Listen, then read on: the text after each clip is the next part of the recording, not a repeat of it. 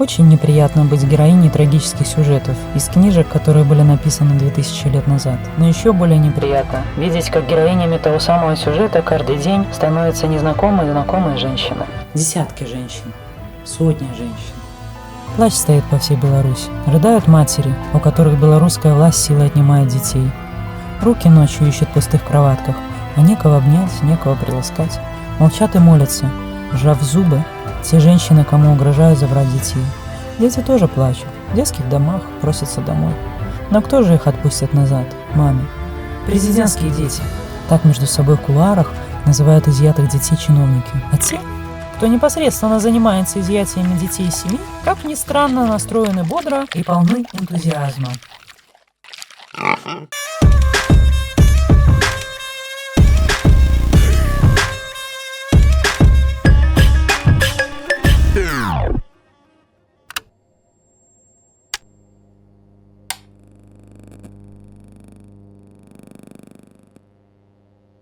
СОП. Для непосвященных термин очень непонятный. Означает социально опасное положение. Опасное, по мнению властей, для ребенка. По крайней мере, именно так заявлено в декрете номер 18 о дополнительных мерах по государственной защите детей в неблагополучных семьях. Постановка в категорию СОП означает, что в любой момент твой ребенок может исчезнуть. Уйти в школу и не вернуться. Пойти к соседскому другу и не прийти домой. Пойти в поликлинику и пропасть. Лечь в больнице и испариться с больничной койки. И вот ребенок пропал, встревоженная мать бьет тревогу, бежит в милицию, а ей хладнокровно сообщают: вашего ребенка изъяли. Теперь он в приюте, в детдоме. А что ж вы, маменька, хотели? Вы ж СОП. Сомневаюсь, читали кто Библию из команды Александра Лукашенко, но вот слава царя Ирода им точно покоя не дает. Хочется чего-то эдакого. Прославиться да так, чтобы с гарантией на народную память да на следующие 2000 лет. И выходит, что если бы Иисус Христос случайно родился в Беларуси, то его участь была бы незавидной. Его бы очень быстро изъяли из семьи органы опеки местного царя. А причины, спросите вы? Нельзя же просто так взять и отобрать ребенка у матери. Вы правы, нельзя. Поэтому доброе белорусское государство такие причины придумало. Посмотрим повнимательнее на ситуацию. Причина первая. Мама родила Иисуса не в роддоме, а спаси Господи в хлеву, рядом со ослами и другими животными. Короче, антисанитария – это раз. Семья не имеет постоянного места жительства, только арендное жилье – это два. Тут СОПом не отделаешься, тюрьма светит. В Беларуси? Коль вы решили рожать не в белорусском роддоме, а дома, или, упаси Господи, в хлеву, и что-то пошло не так, то вас за это посадят. Но если что-то пошло не так у врачей в роддоме, и ребенок погиб, то врач спокойно работает дальше. В роддоме же на все воля Божья, понимать же надо. Причина номер два. Семья Иисуса, как мы знаем, была религиозная, а вследствие многодетная. Религиозность и многодетность – это высокие риски попадания в СОП, согласно методичкам Белорусского министерства образования. Со всеми вытекающими правовыми последствиями для семьи. Причина номер три. Семья Иисуса была бедной. А его мать Мария, по меркам белорусского законодательства, так вообще была злостной тунеядкой со стажем. Официально нигде не работала всю жизнь. Более того, она активно паломничала, то есть, считай, бродяжничала. Непонятно в каких странах. Уверена, что белорусские дамы из Министерства образования обвинили бы Марию также в асоциальном поведении и аморальности. Никто не знает, что это значит, но в Беларуси отбирают и за это. Утверждать, что она была постоянно занята воспитанием детей? Нет, этот номер не прокатит. Постоянное воспитание детей в Беларуси, между прочим, с недавних пор трудовой стаж не засчитывается и за труд государством не считается. Причина номер 4. Если ребенок сам потерялся, обычные добросовестные родители бьют тревогу и ставят милицию на уши. В Беларуси это огромная ошибка, потому что когда ребенка найдут, семью также поставят в СОП. А вот если ты пьянствуешь беспробудно, не особо заботясь, где в этот момент шатается любимое чадо, то в СОП никто не поставит и тревожить не будут.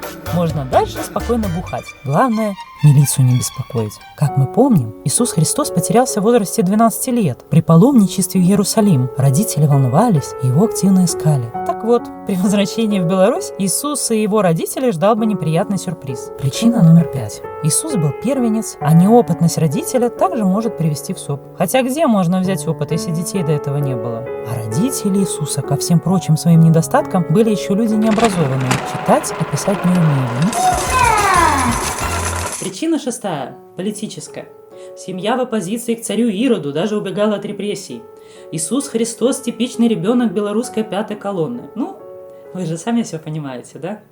Причина 7. Если мама Иисуса активно делилась своими впечатлениями с окружающими насчет встречи с ангелом во время его зачатия, то ребенка бы забрали еще и на основании перечисленных заболеваний, при которых родители не могут выполнять родительские обязанности. Туда входит рак, инсулинозависимый диабет, разные анемии, заболевания щитовидки, перенесенный в прошлом инфаркт, миокарда, астма, высокое давление и т.д. и т.п. А уж психические расстройства с видениями ангелов и подавно.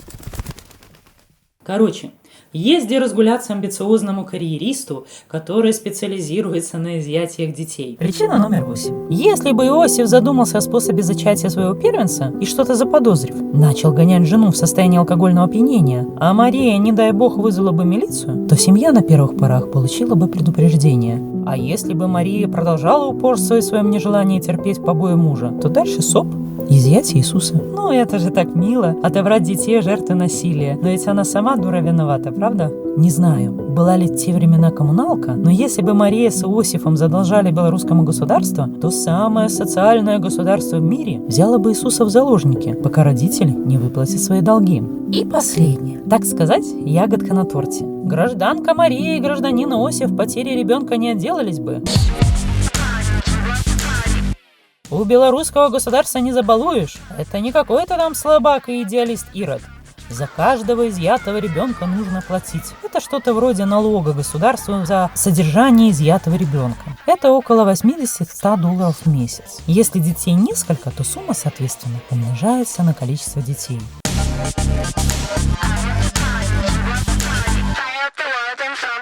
В белорусской провинции зарплата в 200-250 долларов – это счастье. Для матери-одиночки оплатить в месяц 150, 200, 300 долларов за несколько детей, да чтобы на коммуналку оставалось, это непросто.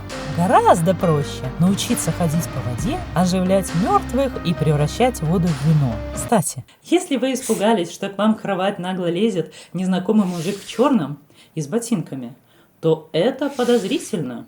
Возможно, из-за конфликта в семье. А это прямая дорога в ад. Ой, простите, СОП. С вами была Ольга Карач, лидер нашего дома. Подписывайтесь на наш канал, ставьте лайки, расшаривайте видео, а главное – комментарии. До встречи!